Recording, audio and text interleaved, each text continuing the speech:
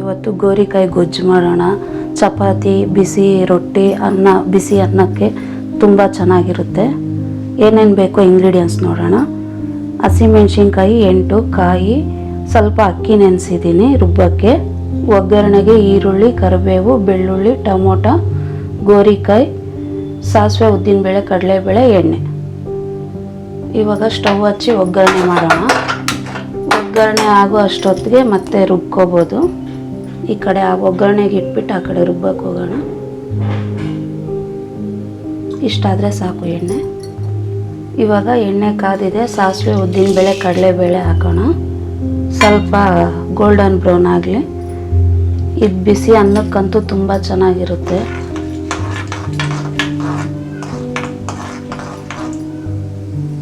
ಗೋರಿಕಾಯಿ ಎಲ್ಲರೂ ತಿನ್ನಲ್ಲ ಅಂತಾರೆ. ಹಾರ್ಟ್ ಪ್ರಾಬ್ಲಮ್ಗೂ ಅದೆಲ್ಲ ತುಂಬ ಒಳ್ಳೆಯದು. ಫೈಬರ್ ಇರುತ್ತೆ.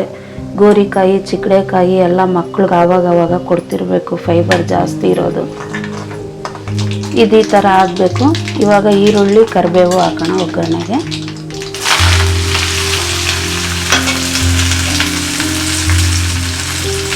ಸ್ವಲ್ಪ ಬಾಡಿಸ್ಕೊಳೋದು. ಸ್ವಲ್ಪ ಬಾಡಿಸಾದ್ಮೇಲೆ ಗೋರಿಕಾಯಿ ಹಾಕೋಣ.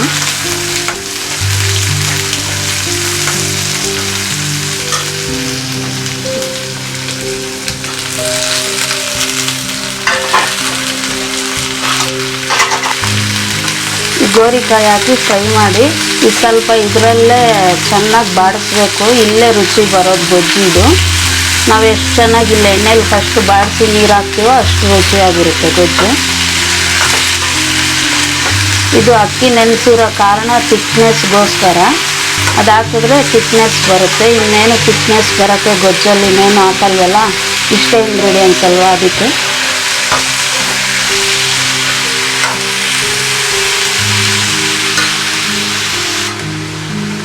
ಬೆಳ್ಳುಳ್ಳಿ ಹಾಕಿದ್ದೀನಿ. ಇವಾಗ ಟೊಮೊಟೊ ಹಾಕೋಣ. ಟೊಮೊಟೊ ಎಲ್ಲ ಹಾಕಿ ಮಿಕ್ಸ್ ಮಾಡಿ ಮೀಡಿಯಮ್ ಫ್ಲೇಮಲ್ಲಿ ಸ್ವಲ್ಪ ಫ್ರೈ ಮಾಡಬೇಕು ಚೆನ್ನಾಗಿ. ಇದೆಲ್ಲ ಬಾಡೋ ತನಕ ಫ್ರೈ ಮಾಡಬೇಕು.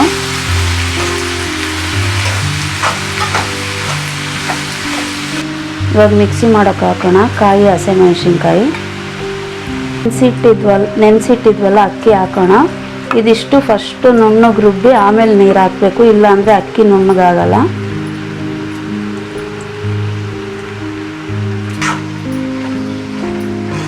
ನೋಡಿ, ಇದು ಈ ಥರ ಇನ್ನೂ ಮಿಕ್ಸ್ ಮಾಡಬೇಕು. ಚೆನ್ನಾಗಿ ಫ್ರೈ ಆಗಬೇಕಿದು.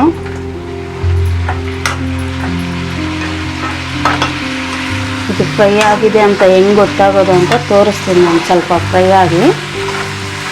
ಗೋರಿಕಾಯಿ ಎಲ್ಲ ಶೇಡ್ ಆಗುತ್ತೆ ಕಲರು.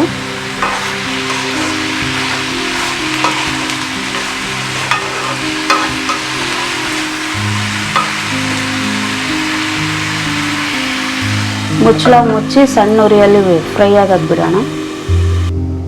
ಇದು ಮಿಕ್ಸಿ ಮಾಡಿದ್ವಲ್ಲ, ಈ ಥರ ನುಣ್ಣಗಾಗಬೇಕು ಮಸಾಲೆ.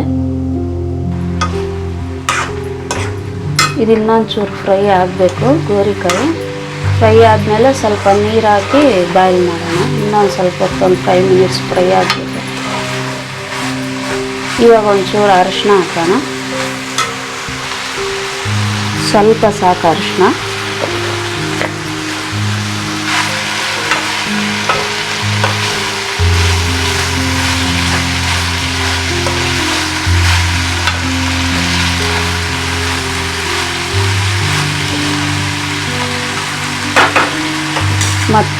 ಮತ್ತೆ ಲಿಡ್ ಕ್ಲೋಸ್ ಮಾಡಿ ಹಾಕಿ ಬಾಯ್ಲ್ ಮಾಡೋಣ. ನಮಗೆ ಗೊಜ್ಜು ಎಷ್ಟಾದ ಬೇಕೋ ಅಷ್ಟು ನೀರು ಹಾಕೋಣ. ನಾನು ಚಪಾತಿಗೆ ಮಾಡ್ತಿದ್ದೀನಿ, ಸ್ವಲ್ಪ ತೆಳ್ಳಗೆ ಮಾಡ್ತೀನಿ, ತೀರಾ ಗಟ್ಟಿ ಮಾಡಲ್ಲ.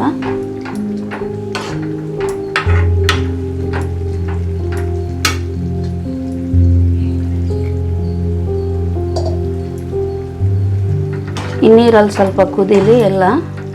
ಮುಚ್ಚೋಣ. ಇವಾಗ ರುಬ್ಬಿದ್ವಲ್ಲ ಅದು ಹಾಕೋಣ.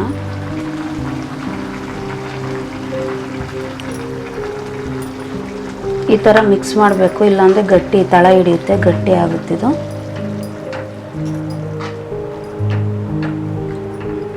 ಈ ಥರ ಮಿಕ್ಸ್ ಮಾಡಿದ್ಮೇಲೆ ಮಿಕ್ಸಿಗೆ ಹಾಕಿದ್ವಲ್ಲ ನೀರು, ಖಾರ ರುಬ್ಬಿರೋ ನೀರು ಎಲ್ಲ ಸೇರಿಸೋಣ ಇವಾಗ.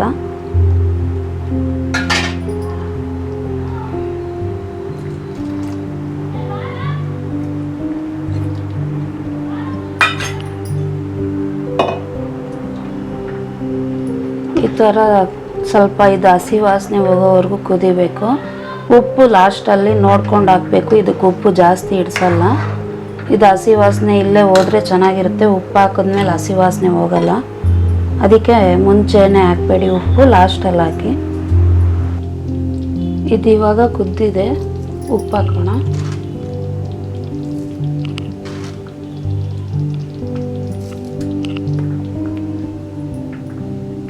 ಈ ಥರ ಮಿಕ್ಸ್ ಮಾಡಿಬಿಟ್ಟು ಒಂದು 5 ನಿಮಿಷ ಕುದ್ರೆ ಸಾಕು. ಇದು ಇನ್ನೂ ಗಟ್ಟಿ ಆಗುತ್ತೆ.